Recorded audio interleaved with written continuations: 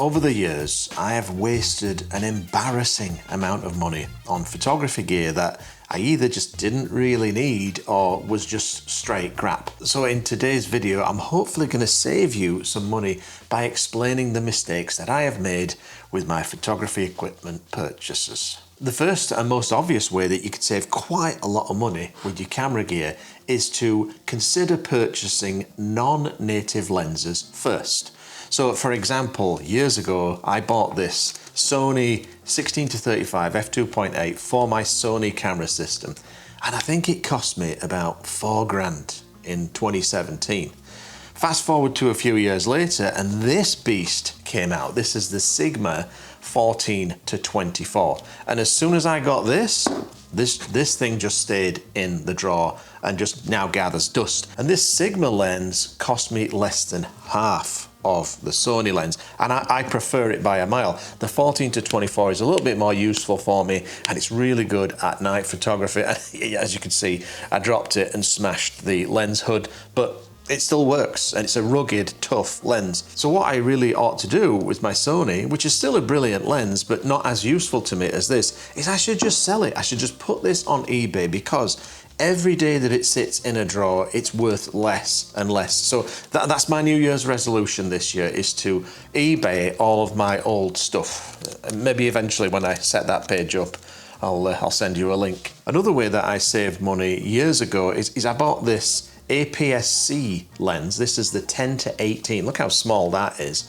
And it's not meant for Sony full frame cameras, but I did a bit of research and I found out on the forums that this thing works absolutely brilliantly, even though it's not intended for full frame cameras. Another way that you can save money is to not buy specialist lenses unless you really think you're going to get a lot of usage out of them. So this here is the Zeiss Batiste 18mm prime. This is a phenomenal lens, really good for astrophotography.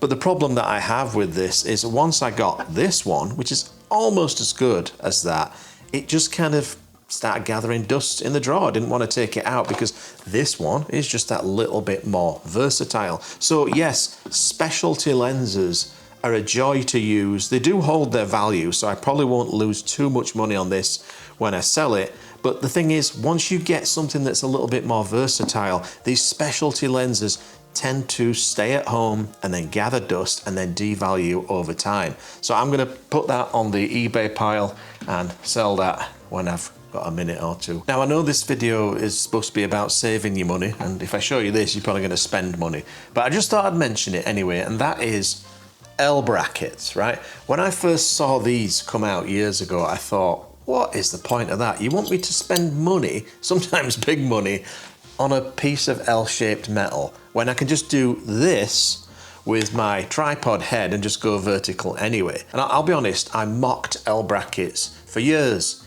until I finally used one. I think I was teaching somebody on a photography workshop and he let me try his camera, and I just did that thing where you unclip the clip on the ball head, turn it over and then reclip it, and it was so quick, seamless and accurate. After that I was completely sold. So I now love the old L brackets. All right, now let's talk about filter kits, filter systems. This one is a G.A.S one, this one is a Nissi one. I've got a whole bunch of filter kits from different brands. And if you're on a bit of a budget, you really don't need a filter kit.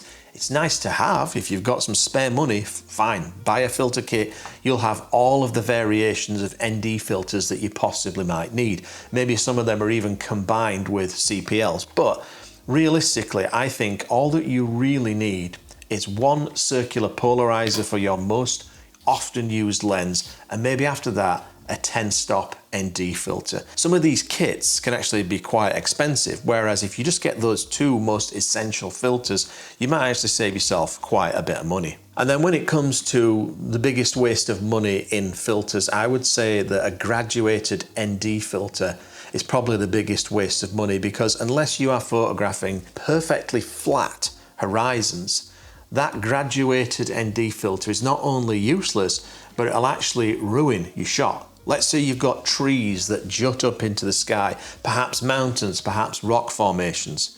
Well, basically, one half of your frame is going to be completely underexposed. Far better to learn how to process your images in Photoshop or Lightroom or whatever, and do a quicker job doing that with more accuracy and more control than having a flaw baked into your image. Now, I know that the get it right in camera crowd will be furiously typing right now, but trust me, you're not getting anything right in camera if you're shooting a scene that has rock formations, trees or mountains with a graduated ND filter. I'm sorry, it's just the truth. They're useless. And then I think the next most useless filter would be a UV filter. A lot of people just put those on their lens just to protect the glass in the event that you drop your camera. You don't want to smash your lens, but it's far better to just put a circular polarizing filter on your lens, because not only will that still protect your glass if you drop it, but you'll actually get some kind of enhancement to your image, which will make your photography look better. And don't even get me started on mist filters. You know, maybe they're good for some kinds of photography, but for landscape photography, I'd much rather just edit that in post and add that effect with one click, rather than having it baked in to my raw file that I can't take out. All right, when it comes to camera bags, the biggest waste of money that I ever spent, and I probably blew a couple of $100s on these, is those sling bags. You know those camera bags that are just small, they hang off of one side of your body and there's a strap that goes around your shoulder. I tried all kinds of configurations with that, and I quickly realized it was a complete waste of money for landscape photography. Now, I'm not saying that they're not useful for other types of photography. Maybe if you're doing street photography and you want to keep a low profile and just kind of disappear into the background, maybe they're good for that. It's very discreet.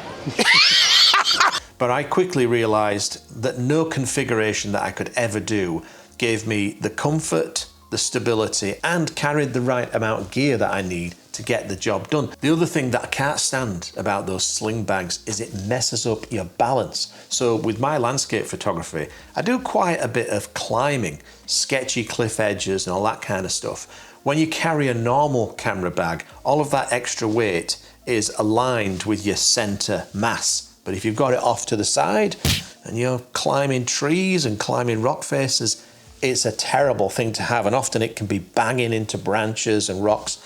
Can't stand sling bags for landscape photography. So I'm just going to head downstairs and explain to you what I use and the reasons why. All right, let me talk you through my camera bag setup, and hopefully this will save you a bit of time and a bit of money. But let's just say hello to Cosmo. Hiya, Cosmo. He's got a cold at the moment. He's been coughing and sneezing. Oh, look at that.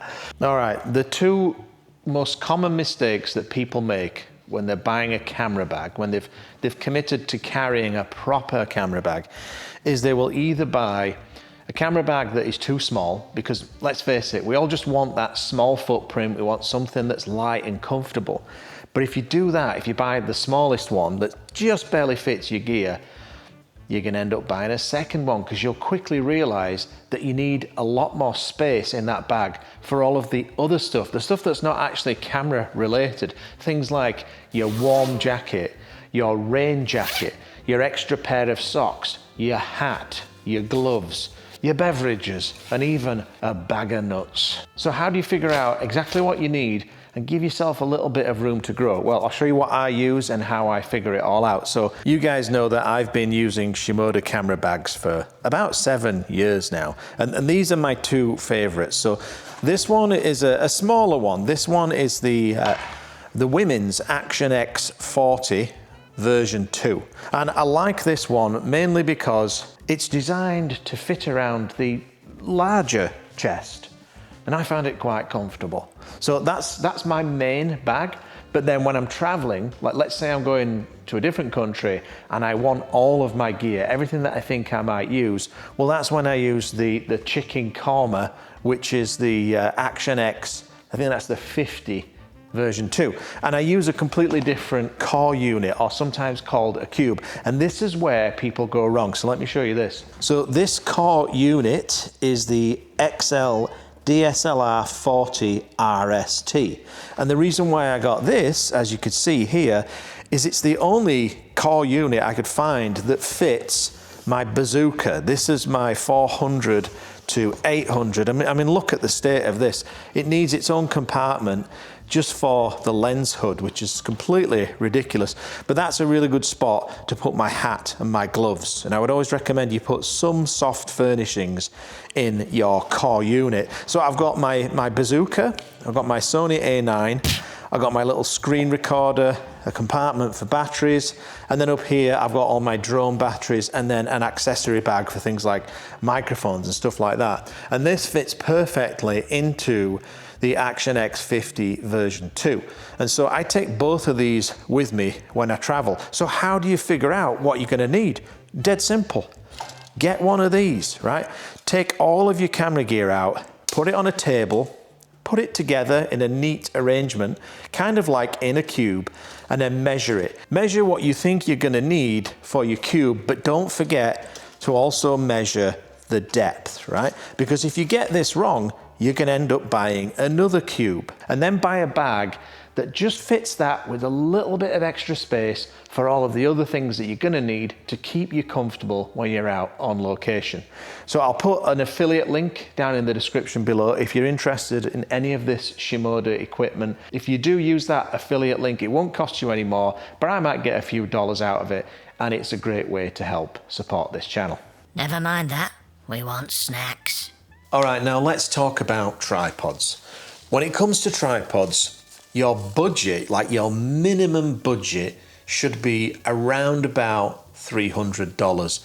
I just got sent this new tripod from Freewell, and I'll actually be doing a video in a couple of weeks where I compare this, which I think is the affordable bracket, with my newest FLM tripod and geared head combo, which is obscenely expensive. But at just under $300 US, you might be thinking, $300 for a tripod? That's expensive. But let me tell you, if you spend $70 or $100 on one of these eBay or Amazon specials, that is just landfill. It's going in the landfill quicker than you would expect. So there are quite a lot of brands out there that do tripods and ball head combos round about this standard, round about this price. I would say that that is the minimum of what you want to be shopping for when it comes to a tripod ball head combo, because as I said, if you don't buy right, you will be buying twice, possibly even thrice. Another really obvious way to not waste your money is to resist the temptation to buy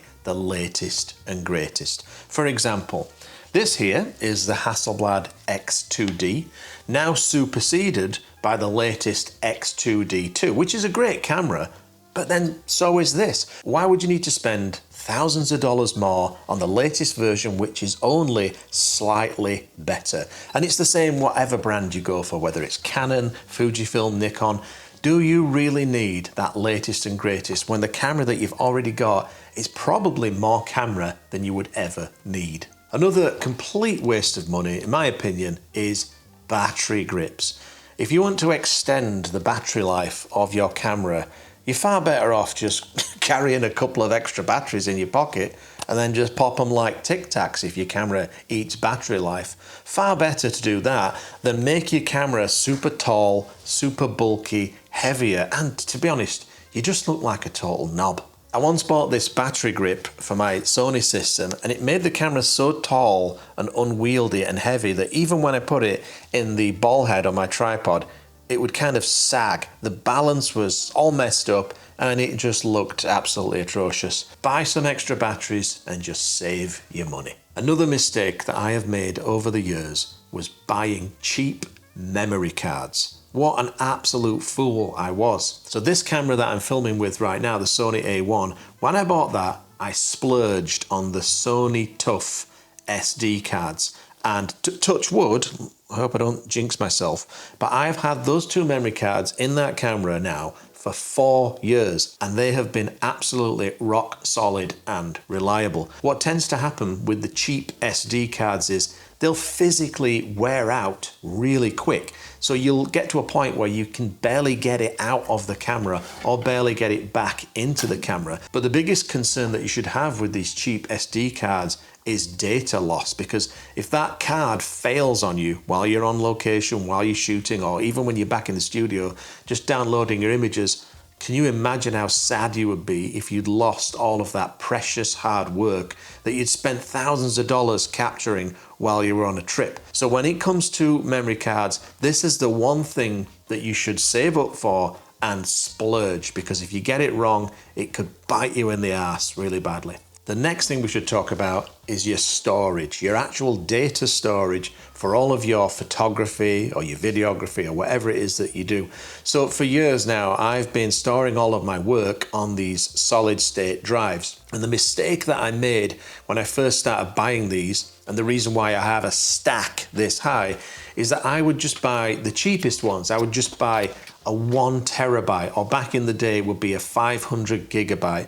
And what happened was I would go on a trip and I would fill that entire 1 terabyte drive.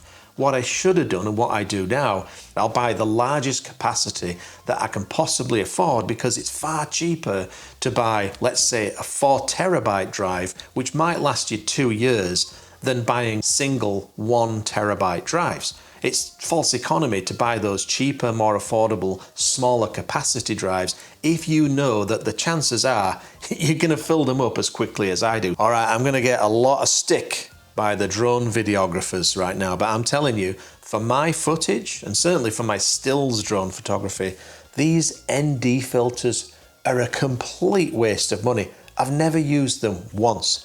So why do you need ND filters? Well, typically, if you want that nice cinematic shutter speed of 1/50th of a second so that your footage doesn't look too jittery, well, then you're going to need ND filters. But what I have found is I end up speeding up my footage anyway. So this whole shutter speed thing really wouldn't have made much of a difference to the end result. And by the time YouTube has had its way with the compression that it puts on my videos, it's a complete nothing burger. Now, if I was shooting drone footage for Hollywood or even stock footage, then yeah, I would use these. But for stills photography, completely pointless. And for my YouTube vlogs, completely pointless. Total waste of money. Well, I hope you enjoyed this video. Maybe down the line, this might save you a few dollars somewhere. And if you did enjoy the video, please give it the old thumbs up, subscribe to the channel, and I'll see you in the next one. Bye-bye. So let me show you what I've got in this one. So there's the big guns, the Hassi with the 20 to 35 on. And then next to it is Cheapskate Corner, which you'll be seeing more of in future videos, where I basically pick an old camera that is worth under $500 and I do my best to get good results with it in comparison to the big guns. And then in here, you'll see the drone. And then up here, you'll see the drone controller. And all I've got in these small compartments is little accessories, you know, like my blower, some battery stuff, a couple of mics, that kind of thing. Then over here, I've got the 35 to 100. And I would say for me, and for what I do most of the time, this bag is perfect. The 40 litre one is perfect because it gets all of the essentials that I need to go and do a vlog. And then that little bit of storage space is just enough for what I need.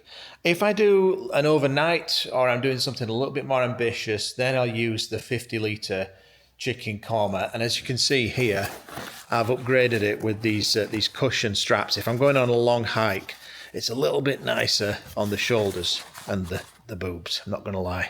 And like I said, the thing that's going to keep you alive when you're on a mountain waiting for the sun to rise is this compartment here, this space that you have above all of your camera gear where you can store all your creature comforts. So that is how much space I've got to fill in addition to my camera gear. So I could put a first aid kit, survival equipment, anything that I think I'm going to need when I'm out on location. And that just rolls down to nothing. You don't have to use it, right? But it's nice to have so that you can have all of your comforts.